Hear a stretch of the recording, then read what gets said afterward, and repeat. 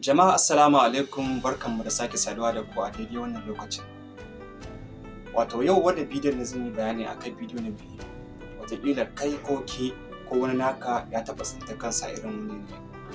Wato kawai sai ya ga saƙo ya shigo maka cewa banki ya buƙaci kai maza ka canza bayanin da ke kan account ɗinka, idan baka yi ba za a kulle maka account.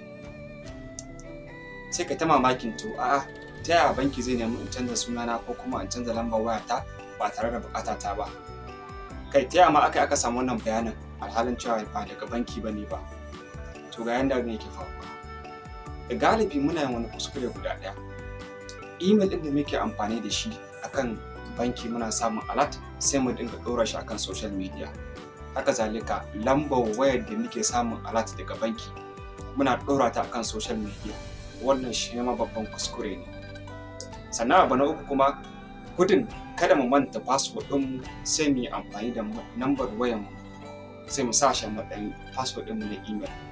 Kaga wannan shi ake cewa easily guessable password, wato password za a iya cinka cikin sauƙi, ko kuma sai mu samu lamba mai sauƙi, misali kamar 1 2 3 4 5 6 ko kuma 1 2 3 1 2 3. Kaga waɗannan lambobi ne waɗanda za ka iya cinka cikin sauri.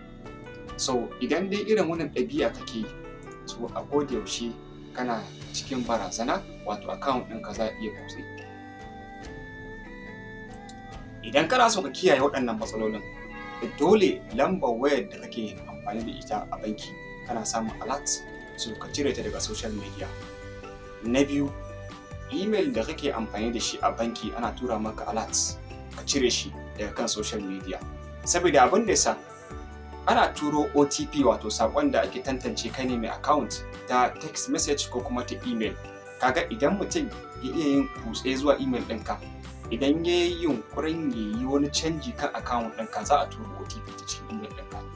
Kaga yana iya buɗe email ɗinka zai gani, daga nan zai canza abin da yake buƙata. Kaga idan kai haka ka sa dukiyarka a cikin haɗari. Shi yasa ya kamata a ce duk wani lambar waya ko email da kake amfani da shi akan social media ka tabbatar ba shi ne akan account ɗinka na banki ba. In kuma haka ne, to kai maza ka canza. Abu na uku kuma wanda shine yana da matuƙar muhimmanci, wato ka kiyaye buɗe links, saƙo da ake turowa ta cikin email ko kuma ta text cewa daga banki ne.